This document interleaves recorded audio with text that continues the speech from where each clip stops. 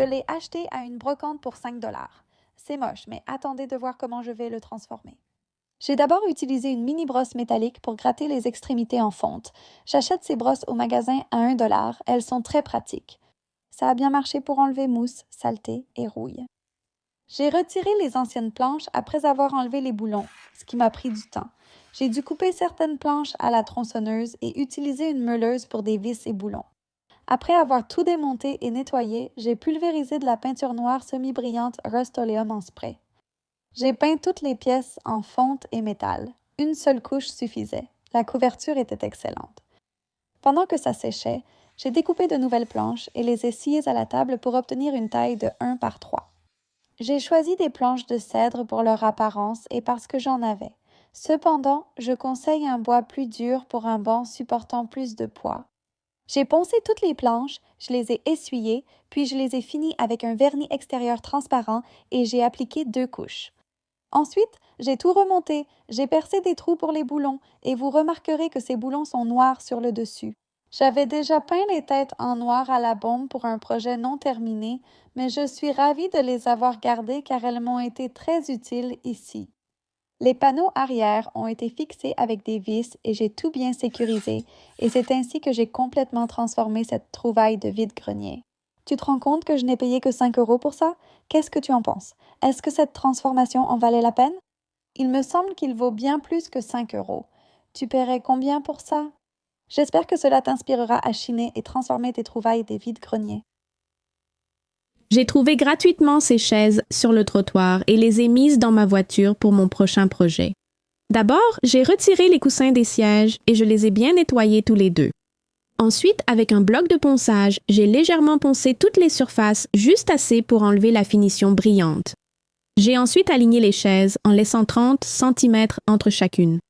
J'ai découpé 2 tasseaux de 5 sur 10, fait des trous de poche à chaque extrémité, puis relié les 2 chaises ensemble.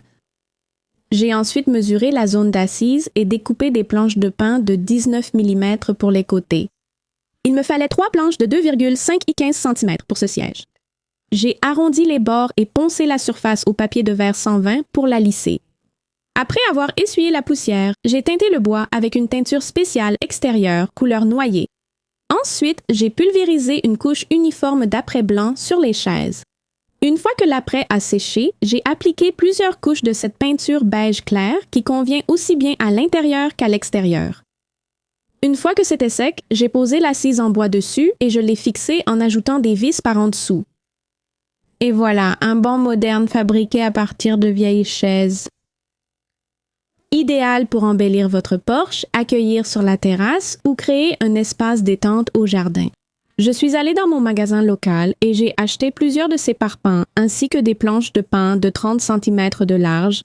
Pour commencer, j'ai disposé les parpaings de façon stratégique en forme de T, en les plaçant sur 2 niveaux à chaque extrémité et en ajoutant des blocs supplémentaires au centre pour s'adapter à l'espace plus large.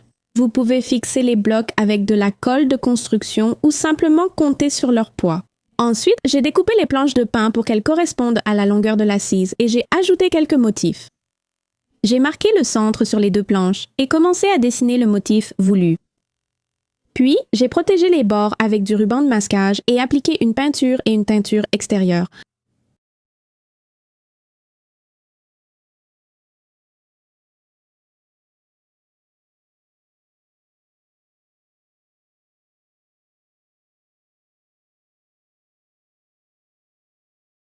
Une fois la peinture sèche, j'ai retiré le ruban et j'ai répété le processus pour obtenir le motif souhaité.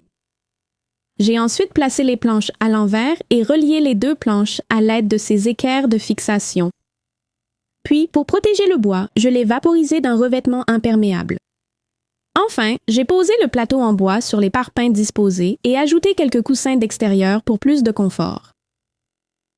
Et voilà, un banc d'assises simple et abordable fait maison est prêt à être utilisé.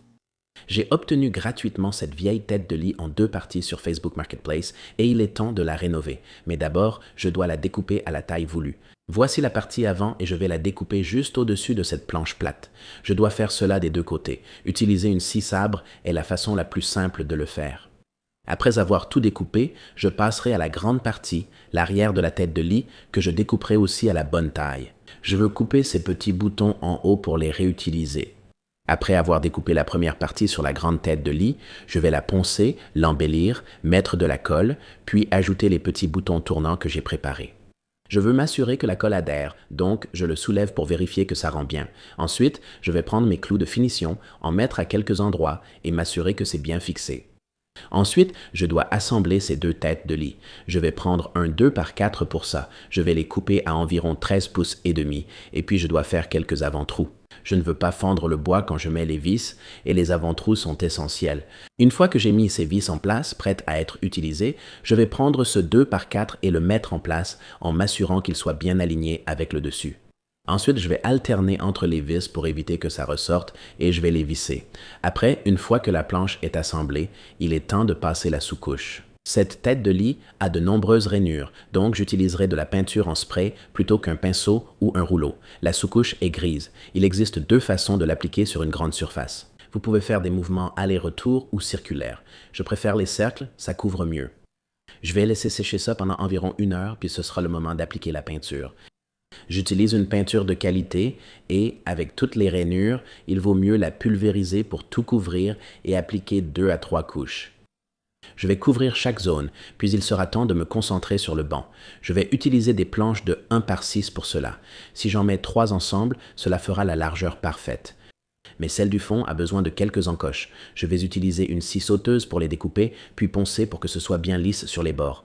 Et ensuite, la magie ici, c'est la colle à bois.